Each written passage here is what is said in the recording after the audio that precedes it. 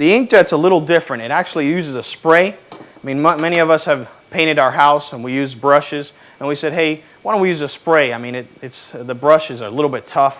Let's use a spray. We can spray the whole area. Well, that's exactly the technology behind the ink. We actually are spraying onto the paper.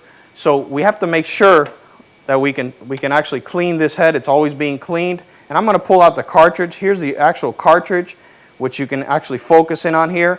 And the cartridge is full of ink and it has a little spray on here. And one of the things that has to be done here is it always has to be clean. So many times if you have one of these, you're here going swish, swish, swish back and forth.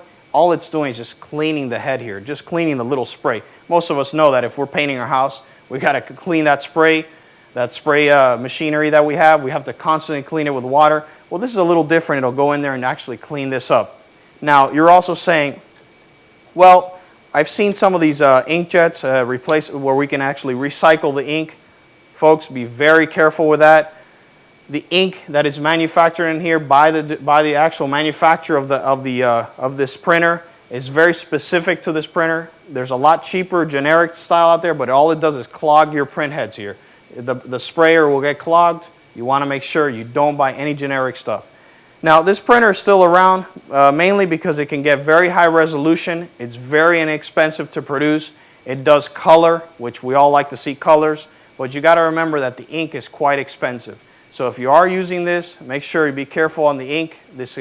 One sheet of paper can take up a lot of the ink in here, a lot of the colors. But one of the beautiful things that it does do is high resolution. We can get almost photographic today with these ink cartridges, with these ink printers.